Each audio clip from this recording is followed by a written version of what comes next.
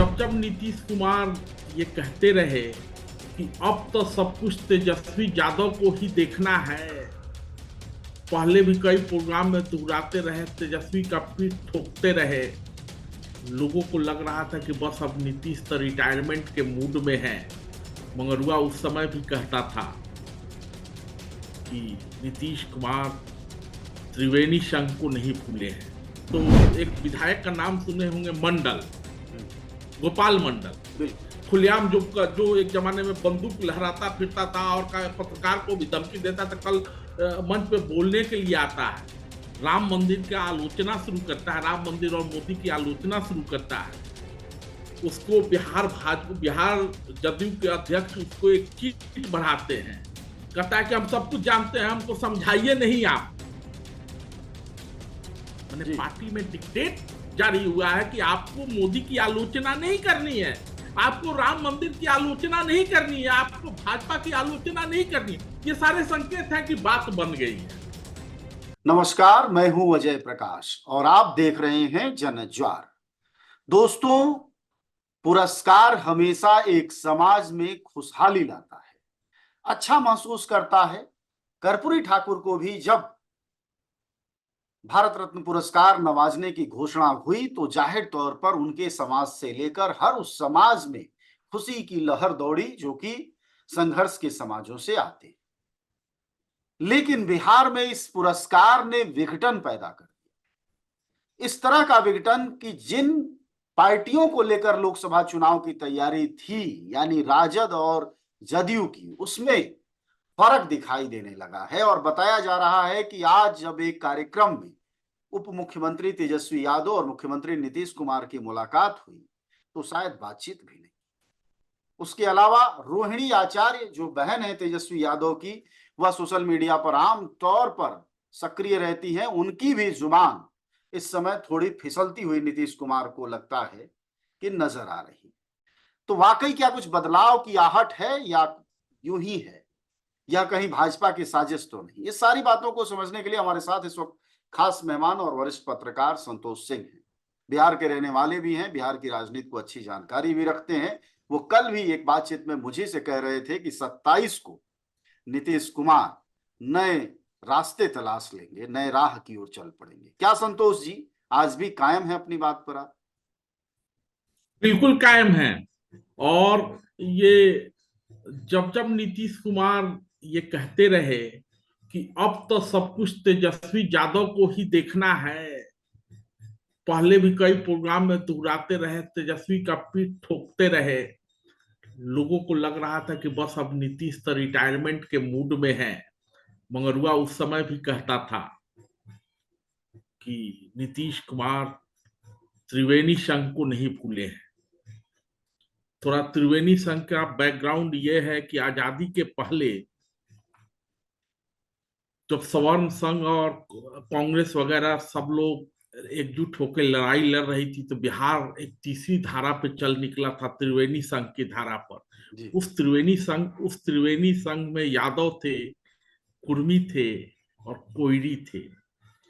उसी त्रिवेणी संघ की जमात की सरकार है अभी बिहार में। उस त्रिवेणी संघ के जमाने में भी यादवों ने बाजी मार ली थी और त्रिवेणी संघ के बाकी धड़ों को गच्चा दे दिया था। यानी त्रिवेणी संघ जुटा जरूर, लेकिन संख्या बल बिहार में जो ऐसा कि जातिगत जनगणना की रिपोर्ट में अभी भी आया है कि अच्छी खासी संख्या है।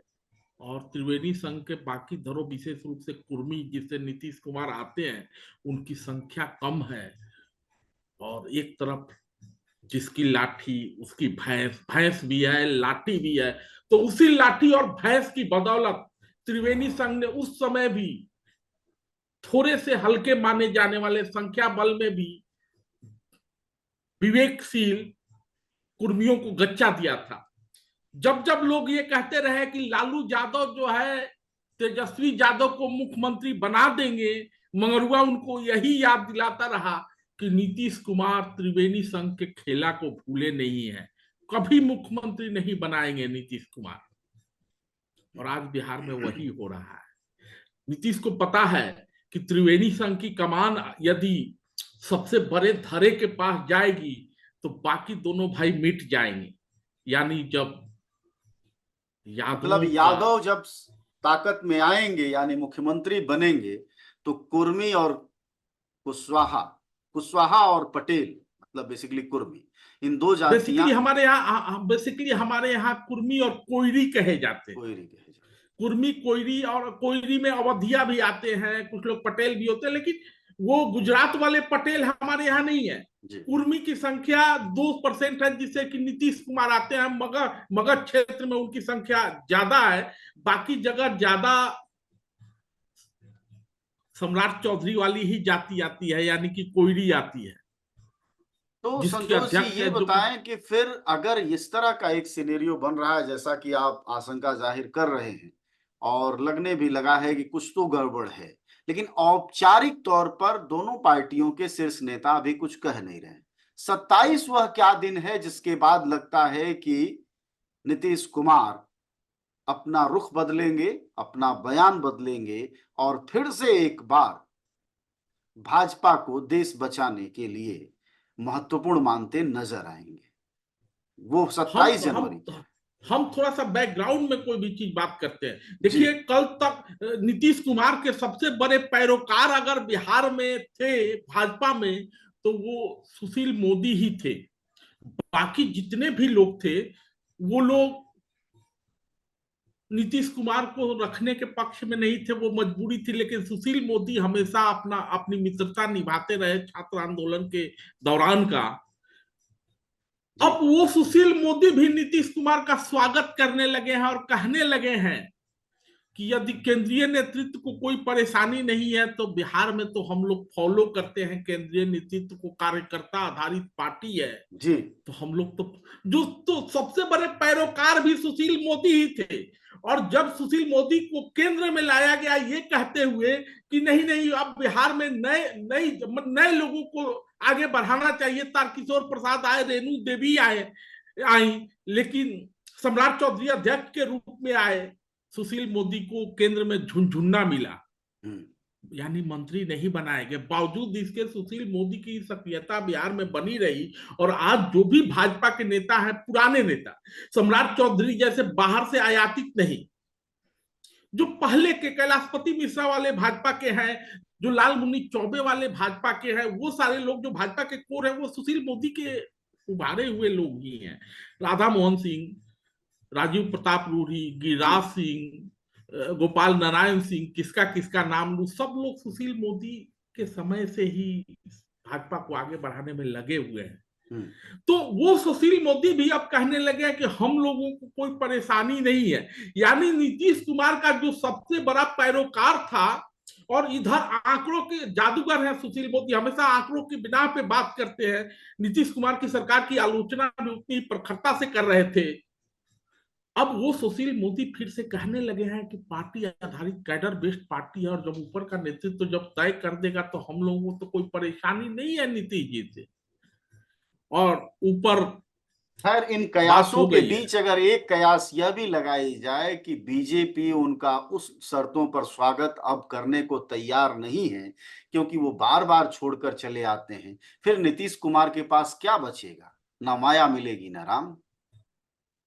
बीजेपी उन शर्तों पर स्वागत करने के लिए तैयार हो या नहीं हो, लेकिन भाजपा को केंद्र में तीसरी बार मोदी को लाना भी है, और नीतीश कुमार उस खेल और खाते में फिट बैठते हैं।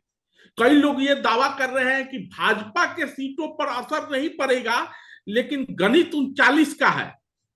वो 39 सीट लालू और नीतीश अगर ऊपरी मन से भी साथ खड़ा हो जाते हैं तो भाजपा इतनी बड़ी जीत हासिल नहीं कर पाएगी। और लालू के साथ नीतीश चले जाते हैं, चुनाव जीतने के बाद भी ये आशंका बनी रहेगी कि कभी भी नीतीश इधर भी आ सकते हैं। और उस खेल में तो मध्य प्रदेश में आपने देखा ही है, ज्योतिरादित्य सिंधिया को और अन्य लोगों को। जी बिल्कुल।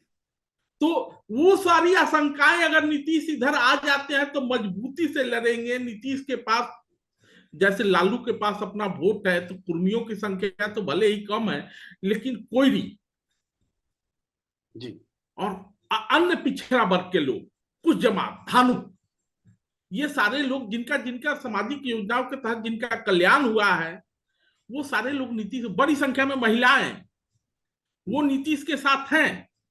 भाजपा तमाम प्रयासों के बावजूद सम्राट चौधरी को अध्यक्ष बनाने, उसके पर जी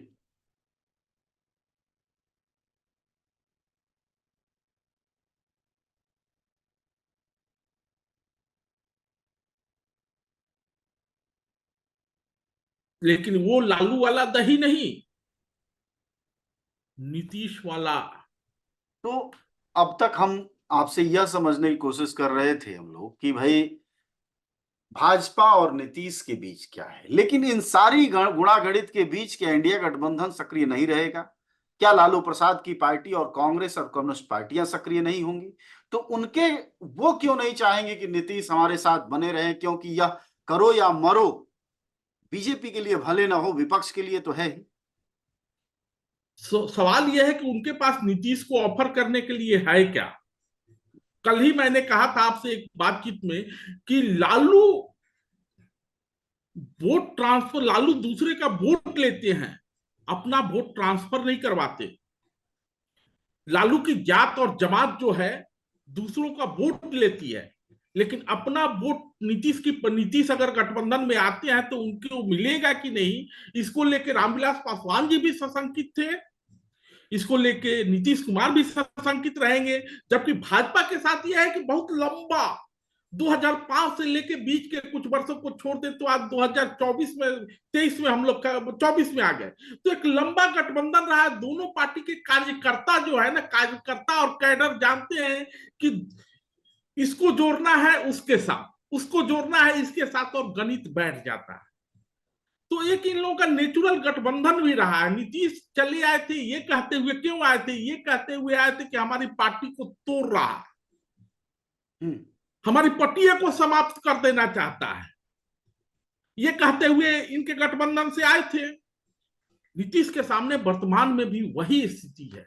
नीतीश को लगता है कि हमको तो कुछ मिला नहीं, और ये भी संभावना, ये भी खतरा उनको, चूंकि संख्या बल बहुत कम हो गया है, तो उनको खतरा ये बना रहता है कि केवल भाजपा ही नहीं, लालू भी हमारी पार्टी को तोड़ सकते हैं। कल जब वहां एक कार्यक्रम हो रहा था, तो एक विधायक का नाम सुने होंगे, मंडल, गोपाल मंडल, बिल्कुल खुलेआम जो एक जमाने में बंदूक लहराता फिरता था और पत्रकार को भी धमकी देता था, कल मंच पे बोलने के लिए आता है, राम मंदिर की आलोचना शुरू करता है, राम मंदिर और मोदी की आलोचना शुरू करता है।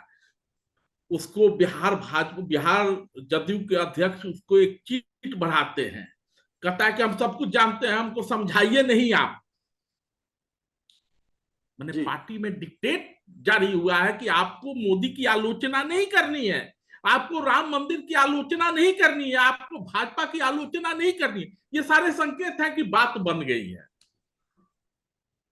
जी। कुछ गोपाल मंडल जैसे लोग इधर से उधर हो सकते हैं, लेकिन ओवरऑल बात बन गई है। तो अगर राष्ट्रीय स्तर पर देखें संतोष जी, आखिरी सवाल है आपसे, फिर तो इंडिया गठबंधन की सबसे मजबूत जो धड़ा था वह बिहार का ही था। माना जा रहा था कि उत्तर भारत में सिर्फ एक बिहार ऐसा राज्य है जहां 40 के बावजूद 15 से 20 लोकसभा सीटों पर टेंट हो सकता है, या 15 से 20 लोकसभा सीटों पर इंडिया गठबंधन जीत सकता है। इसके अलावा कोई राज्य नहीं है उत्तर भारत में जहां इतनी बड़ी सीटों की बात की जा रही है। तो जाहिर तौर पर अगर ऐसा हो जाता है फिर तो मामला साफ ही हो जाए। देखिए, ममता के संबंध में किसी को कभी कोई भरोसा नहीं रहा है कि ममता इंडिया गठबंधन में रहेगी जी। केजरीवाल के संबंध में भी वही चीजें थी, लेकिन नीतीश केवल बिहार में प्रभावी नहीं थे जी। नीतीश को इंडिया गठबंधन के साथ आने का मतलब था कि बिहार, झारखंड और पूर्वी उत्तर प्रदेश का एक बड़ा हिस्सा नीतीश कुमार की जाति का वहां अच्छा खासा वोट बैंक है। और अखिलेश यादव के जैसे बिहार में जो गठबंधन होता लालू यादव के साथ नीतीश का, वैसे ही अखिलेश के साथ अगर नीतीश खड़े हो जाते तो एक नीतीश की छवि रही है, भले ही पलटू राम की छवि रही है, लेकिन एक अच्छे ईमानदार प्रशासक की रही। बिल्कुल। हाँ, जैसे उन्होंने कल कहा भी कि हम भी कर्पूरी ठाकुर की तरह ही अपने परिवार के किसी सदस्य को हमने राजनीति में नहीं लाया। उसी पे रोहिणी ने आज टिप्पणी की है कि योग्य रहेगा तभी तो यानी टसन शुरू हो गया है। अगर अखिलेश के गार्जियन के तौर पे अखिलेश की पार्टी बड़ी हो सकती है, यूपी में संख्या बल और सीटें ज्यादा हो सकती है, लेकिन मुलायम सिंह यादव के नहीं रहने के बाद और लालू का सक्रिय राजनीति से किनारा करने के बाद किनारा इसलिए कहता हूं कि मान लीजिए कि आप सक्रिय राजनीति में बढ़ चढ़ के भागीदारी कर रहे हैं, अचानक बुलावा आ जाता है, ईडी से जाना ही है, जमानत पे है, तो वैसे में नीतीश की बड़ी जी डिस्टर्ब हुआ।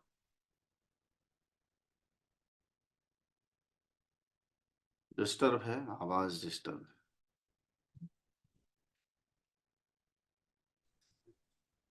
उत्तर प्रदेश जी और बिहार और बंगाल के भी कुछ हिस्सों में अच्छा प्रभाव इनका हो सकता था। नीतीश के जाने से ये लोग समझ रहे हैं, लेकिन लालू का क्या है कि लालू कभी भी नीतीश पर उस तरीके से भरोसा नहीं करते, और उनका एक ही है, वो इंडिया गठबंधन बना ले, आसमानी गठबंधन बना ले, एक ही है, किसी तरह हमको तेजस्वी यादव को मुख्यमंत्री बनाना है। और नीतीश कुमार के स्वभाव में एक चीज तो है, एक सीमा से ज्यादा कोई भी दबाव नहीं बना सकता। लाल कृष्ण आडवाणी की थाली खींची भी जा सकती है, सरकार गठबंधन की कीमत। बिल्कुल, शुक्रिया आपका बातचीत के लिए, धन्यवाद। हमारे साथ बातचीत कर रहे थे संतोष कुमार सिंह, वह पत्रकार हैं और बिहार की राजनीति में पुरस्कार के बाद जो बदलाव का भूचाल दिखाई दे रहा है, वह लक्षण यह कहता है कि आने वाले दिनों में नीतीश कुमार फिर से एक बार राष्ट्रवादी बनेंगे, फिर से एक बार मोदी के करीब बैठेंगे और फिर से एक बार वह लालू प्रसाद यादव को भ्रष्ट नेता कहते नजर आएंगे। खैर, यह राजनीति में यह सब कुछ होता रहता है, लेकिन लालू प्रसाद की बेटी रोहिणी आचार्य ने जिस तरह से हमले छंदों में और बिंबों में करना शुरू किया है, उससे भी अंदाजा लगाया जा सकता है कि सब कुछ अच्छा नहीं है। और दूसरी बात कि तेजस्वी और नीतीश की कोई बातचीत नहीं हुई कार्यक्रम में, जिसमें दोनों मौजूद थे, यह भी कुछ इशारा करते हैं। ऐसे में इंडिया गठबंधन पर बड़ा असर पड़ेगा, विपक्ष की बड़ी जीत की सोचने वाले लोगों पर बड़ा असर पड़ेगा, क्योंकि एकमात्र उत्तर भारत में बिहार ही राज्य था जिसमें इंडिया गठबंधन आधे सीट यानी 40 में से 20 सीटों की करीब हकदार दिखाई दे रही थी। लेकिन अगर नीतीश कुमार इंडिया गठबंधन से अलग हो जाते हैं तो लगभग पानी को मछली से बाहर निकाल देने जैसी हालत होगी, और ठीक वैसी होगी जैसी मायावती के बिना उत्तर प्रदेश में इंडिया गठबंधन है। शुक्रिया आपका बातचीत के लिए, धन्यवाद। एक चीज लास्ट में मैं जोड़ना चाहूंगा जी, जोड़ना ये चाहूंगा कि 20 का आंकड़ा नहीं, खेल 35 से लेके 37 सीट का भी हो सकता था यदि लालू और नीतीश दोनों एक साथ आ जाते तो। जिस तरह से इधर 39 हो गया, वैसा ही उधर भी हो सकता था, कम से कम 35 तो तय था। दावा लोग कर सकते हैं कि भाजपा की स्थिति बहुत मजबूत है, प्रधानमंत्री की छवि है, लेकिन जमीन पे लोग जानता है कि जब लालू और नीतीश एक साथ मिलेंगे तो सीटों की गिनती भी मुश्किल हो जाएगी। 1 2 3 4 बस गिनती समाप्त। आप सब जानते हैं कि जनज्वार का खर्च आपके जनसहयोग की बदौलत चलता है। आप भी जनसहयोग में शामिल हों और आजाद और स्वतंत्र पत्रकारिता को बनाए रखने के हमारे इस महाअभियान में शामिल हों। हमें इंतजार रहेगा आपके सहयोग का, क्योंकि आपका सहयोग ही हमारी मजबूती का सबसे ताकतवर रास्ता है। धन्यवाद साथी।